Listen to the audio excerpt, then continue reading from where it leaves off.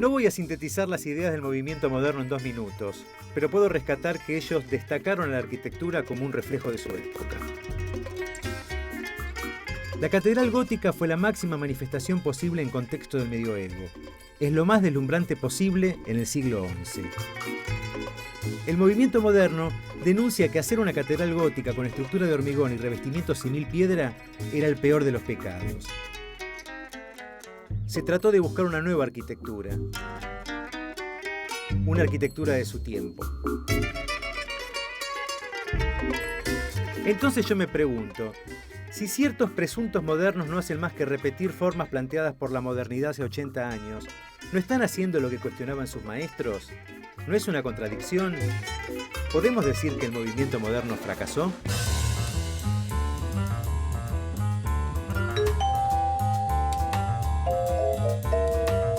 La arquitectura moderna reclamó desde su nacimiento, hace casi 100 años, una ruptura total con el pasado. Reclamaban formas estéticas nuevas, desprovistas de todo contacto con lo que había sucedido antes, sean estas formas pictóricas o historicistas.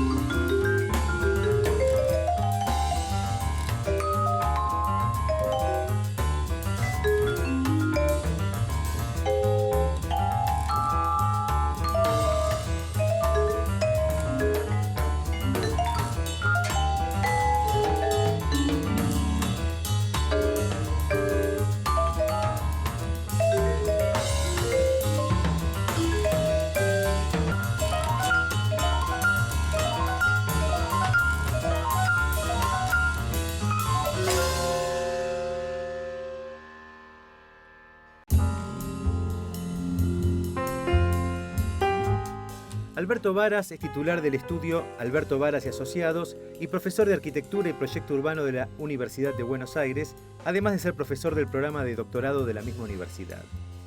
Fui a verlo a su estudio para saber qué opinaba él de todo esto. ¿Se convirtió la arquitectura moderna en un estilo hoy? La idea de modernidad es una idea que en la arquitectura está asimilada al siglo XX. En realidad, la gran ruptura en la que se pasa de la sociedad tradicional a la sociedad industrial es en los años 20, con la aparición de la obra de Le Corbusier, de Mies, etc. Son los modernos. Yo llamaría a esa modernidad la modernidad clásica. Ahora, la modernidad clásica en realidad se extiende sus límites ya en sus postrimerías hasta fin de los 50. La aparición del Tintin, por ejemplo, es un ejemplo de esa aparición, y ya en los años 60 mucho más. Todavía no se ha instaurado la idea del posmodernismo. El posmodernismo es una concepción de fin de la década del 60, en realidad, cuando ya aparece el principio de los 70, digamos, Venturi en Estados Unidos, Rossi en Italia. Son arquitectos que cambian la óptica de la modernidad, incluso la critican acerbamente. Justamente, parte de la pregunta que vos me hacés respecto de si la arquitectura moderna no se ha convertido en un estilo, es lo que dice Venturi. Hace muchas décadas que vivimos adentro de la modernidad, se ha consolidado. Esa batalla era obvio que la modernidad la iba a ganar. Esa modernidad, ¿qué nos dejó? En cuanto al mundo contemporáneo, la relación con la industria, una nueva visión de la ciudad, el hecho de que se estaba viviendo una etapa de transformación del mundo antiguo al mundo contemporáneo de ese momento. Eso era fundamental, porque prácticamente se estaba consolidando la idea del maquinismo, que después quedó superado por otras cosas. Porque esta sociedad que vivimos actualmente ya no es una sociedad maquinista, es una sociedad de la comunicación, de los flujos, de los layers, de otra cosa. Nada que ver con eso, pero había que pasar por eso primero. Había que transformar a la producción. Además había acá otra cosa que es fundamental: había que transformar la producción artesanal, esa forma de producción artesanal, en una forma de producción de otro tipo, industrial, masiva. No nos olvidemos que Europa había pasado una primera guerra que había sido muy destructiva y estaba en vista de pasar la segunda guerra, que fue más destructiva de las ciudades todavía. Y eso era la modernidad. La modernidad era una transformación estética, arquitectónica, social y global. Ahora, era esa, la de ese momento, no es la de hoy, nada que ver.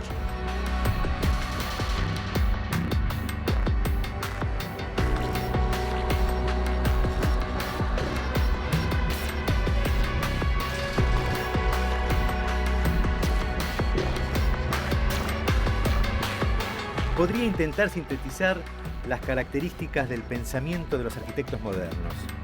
Ellos proponían una apertura mental y de pensamiento, un compromiso con el progreso del que ellos eran parte, un rechazo de los ornamentos como accesorio, el fortalecimiento de la relación entre el interior y el exterior, y esto logrado gracias a los avances técnicos de los materiales, sobre todo el hormigón armado y el vidrio. El hormigón armado que permitió independizar a la estructura de los muros, haciendo que estos pudieran ser finitos y calados.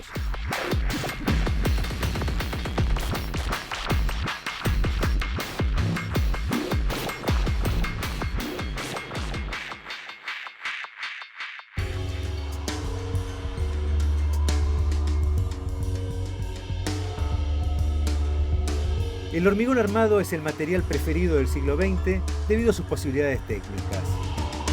Lo que lo diferencia de todos los materiales conocidos antes es su capacidad de ser moldeado. Posibilita hacer todas las formas imaginables sin perder su extraordinaria resistencia.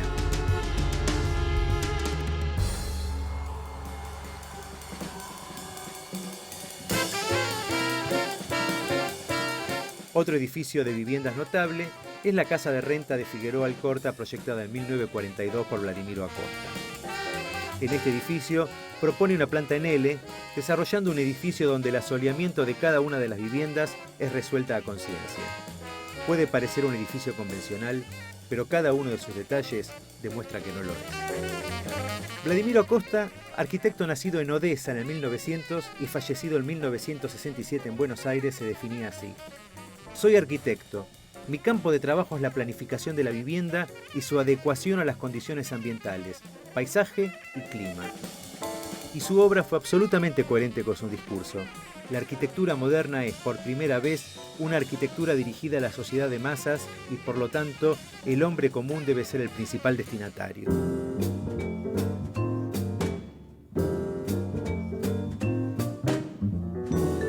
La Sociedad Anónima Financiera y Comercial, SAFICO, llamó un concurso para levantar un edificio de viviendas para renta en un terreno de 27 metros de frente sobre la calle Corrientes.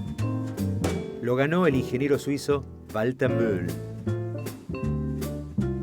Él proyectó y dirigió un edificio de hormigón armado compuesto por un cuerpo de 3 sótanos, planta baja y 10 pisos altos, y además una torre con 15 pisos más, con una altura total de algo más de 92 metros.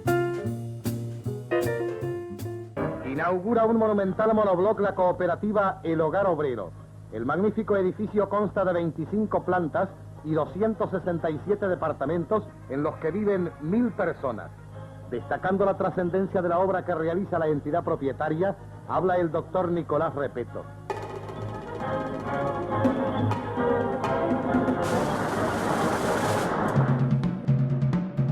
Este edificio fue encargado por la cooperativa Hogar Obrero los arquitectos Vladimiro Acosta, Fermín Beretervide y Alfredo Felizzi. Edificio moderno con muchísimas comodidades para sus habitantes. Fue inaugurado el 21 de diciembre de 1955. Es un gran edificio de 3 cuerpos. Uno sobre Avenida Rivadavia con planta baja y 11 pisos, otro igual sobre la calle Rosario y uno largado de 70 metros de altura con planta baja y 22 pisos a lo largo de la cuadra entre ambas arterias. Además de albergar viviendas, tenía también un gran almacén de abastecimiento para sus ocupantes y otros servicios como sastrería, librería o farmacia, oficinas y jardín de infantes.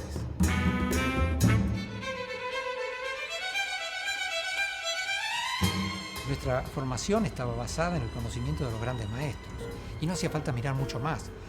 Yo sabía que Wright me gustaba menos, pero me atraía más Le Corbusier y Mies. Después me interesó más Alvar Aalto y después me interesó James Stirling con los años. pero los primeros años, yo recuerdo que mi primer proyecto en segundo año de la facultad, en primer año de la facultad, nos pasamos un tiempo dibujando árboles, cosa que yo al principio no entendía por qué un estudiante de arquitectura tenía que dibujar tantos árboles, porque era primero un árbol, después dos árboles, después un grupo de árboles, y después entendí que en realidad a través de dibujar esos árboles empezábamos a entender las relaciones espaciales, de escala, la relación de las cosas blandas con las cosas duras, la dificultad que había de expresarlas, todo eso, hasta que fui, como me recomendaron mis profesores, a buscar el libro de Mies. Y en el libro de Mies encontré la obra que a mí me fascinó y que hizo que lo primero que yo tenía que hacer como arquitectura, que era un pequeño refugio para el cuidador de un parque, fuera exactamente una reproducción de la casa Farnsworth, lo cual era una verdadera barbaridad, porque, digamos, pero es que no tenía interés en ver otra cosa que eso, porque había estudiado los detalles, la construcción metálica, la transparencia, los vidrios que no tenían marco, en fin. Aparte, empezabas a entender que había unas formas de vida, un contacto con el exterior, con la naturaleza, que no tenían nada que ver con los edificios en los cuales uno vivía. Cuando yo volvía a mi casa decía, ¿dónde estoy viviendo? Y eso que era una casa que no estaba tan mal, una casa vulgar, hecha por un ingeniero, pero que era exactamente lo contrario de todo eso. Yo decía, la verdad que era un descubrimiento extraordinario, era como descubrir otro mundo.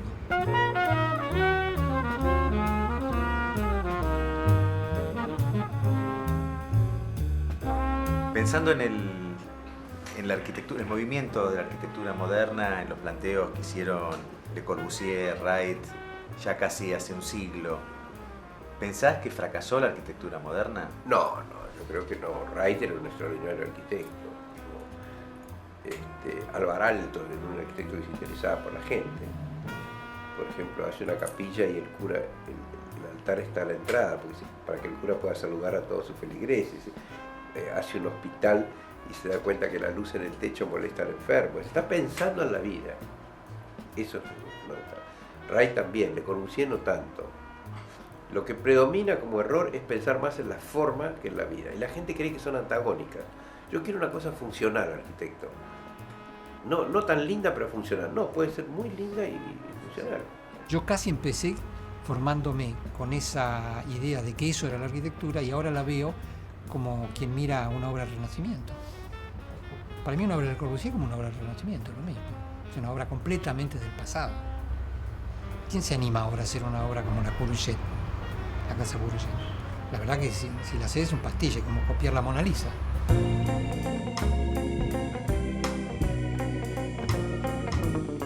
Hay muchos motivos para viajar a la ciudad de La Plata. Uno es ir a ver un paradigma de la modernidad, un lujo, la única vivienda diseñada por Le Corbusier en todo el continente americano.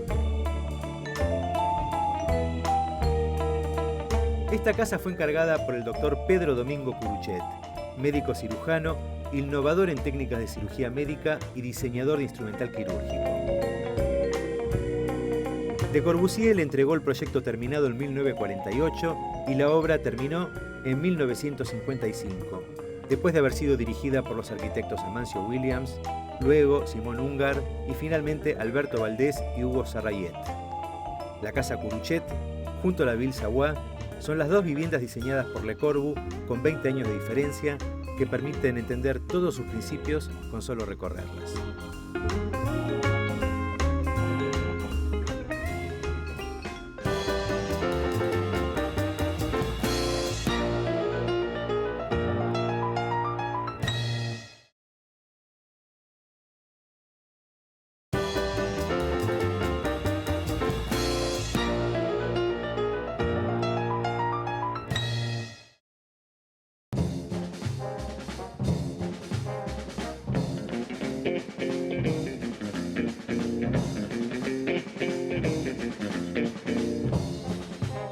La casa Courgette es alquilada desde 1992 por el Colegio de Arquitectos de la provincia de Buenos Aires.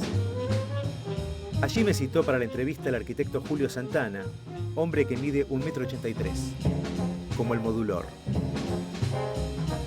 Bueno, Julio, para empezar, contame cuáles son los valores de esta casa, la Casa Curuchet. Bueno, la casa es una casa muy especial. Nosotros decimos que tener una casa hecha por Le Corbusier en la ciudad de La Plata, en el eje monumental de la ciudad de La Plata, es tan importante como si tuviéramos un Picasso en uno de nuestros museos. Le Corbusier y Picasso, de acuerdo a mi criterio, son personas, artistas tal vez se podría decir, en el caso de Picasso seguramente, en el caso de Le Corbusier por ahí daría algún nivel de discusión, que marcaron a fuego el siglo XX y han sido vanguardias, particularmente en las primeras décadas, de la década del 20 en adelante, han sido vanguardias del siglo XX. Entonces, probablemente el primer valor sea ese, el valor de tener una pieza única, que en el caso de la Casa Curuchet es la única vivienda proyectada por Le Corbusier que se construyó en todo el continente americano. En segundo lugar, yo creo que la Casa Curuchet es una verdadera casa de vanguardia, una casa manifiesto, nosotros le llamamos, porque está hecha para expresar muchísimas cosas, independientemente de que estuvo proyectada para ser habitada por una familia determinada, con una persona, con una profesión determinada, como es el caso de Curuchet, que era médico, pero además de eso fue esencialmente proyectada para quedar y para que nosotros, más de 60 años después de que esa casa fuera pensada, estemos hablando de ella.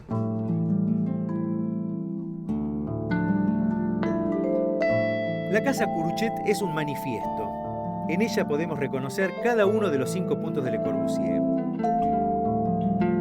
En primera instancia es notable su implantación, su integración al entorno. Si la miramos desde enfrente, la casa pasa casi desapercibida. Cada uno de los detalles del encuentro con las construcciones linderas fue muy bien pensado. El terreno no es muy grande y fue ocupado en su totalidad. La casa, sobre pilotis, está despegada del piso y abre sus vistas hacia el parque de enfrente. Allí se encuentra protegido de las miradas de los transeúntes. Esta rampa une todas las partes del edificio: el consultorio, la vivienda y el área de servicio. La luz atraviesa toda la casa. Son inciertos los límites entre el adentro y el afuera. Sin embargo, el consultorio del Dr. Curuchet y la vivienda están bien separados.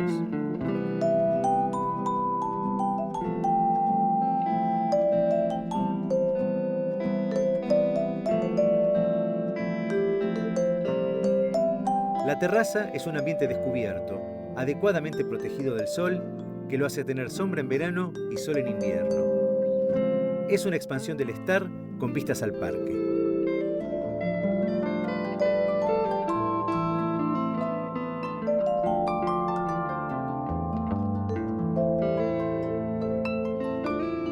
Es una casa con muchos ambientes, pequeños, donde todos reciben luz natural en caudales. Incluso los baños que no abren hacia afuera reciben la luz por las claraboyas y por sus muros bajos.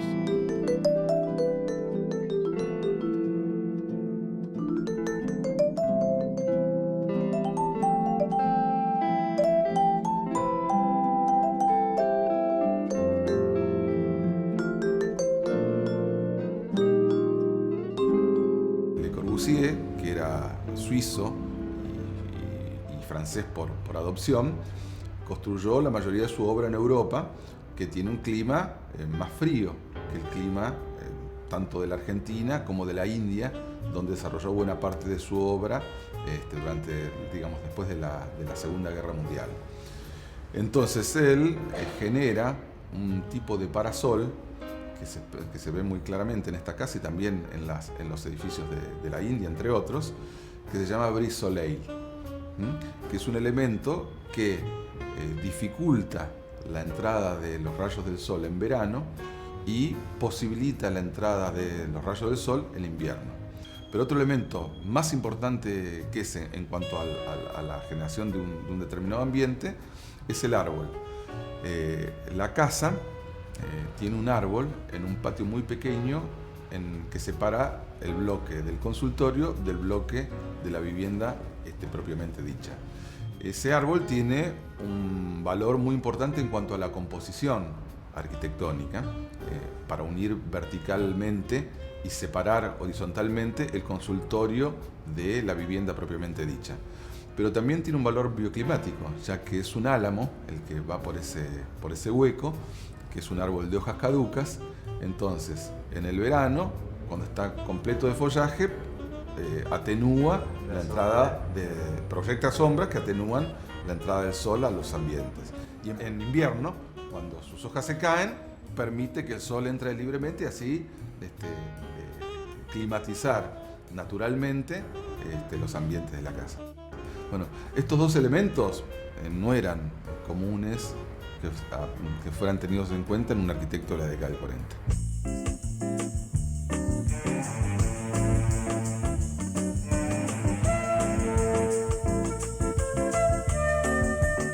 Se habla siempre de las grandes características de esta casa y lo que me sorprendió fue ver la cantidad de pequeños detalles.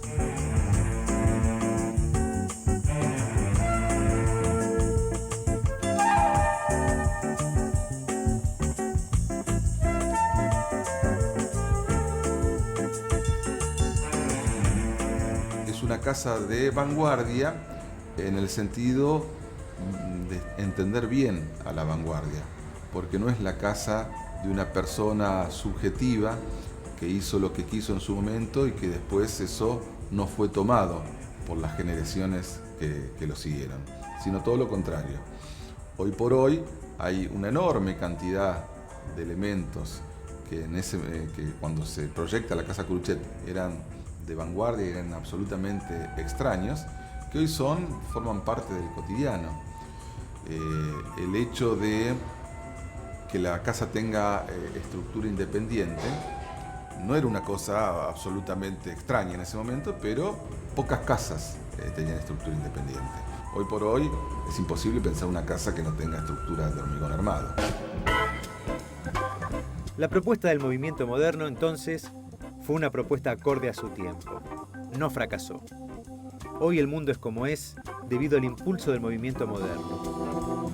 Una arquitectura acorde a los tiempos que corren es la que utiliza tecnologías disponibles, es la que hoy es sustentable. Por otra parte, los fracasos, los intentos fallidos son parte del desarrollo, del método científico. Solo puede fallar el que hace, el que intenta, el que se atreve. Después de varios intentos fallidos, uno puede llegar a lograr lo que se propone. Yo sé de qué les hablo. La arquitectura moderna reclamó... Pase, joven, pase. Sí, más o menos. Dije unas palabras que no tienen nada que ver. Tendencias, eso me gusta más. Reclamó desde su nacimiento hace casi 100 años... Pase, abuela, pase. ¿Cómo de nuevo? Formas nuevas. Formas... La arquitectura moderna reclamó... Vamos, de a poco va cobrando coherencia el discurso. La arquitectura moderna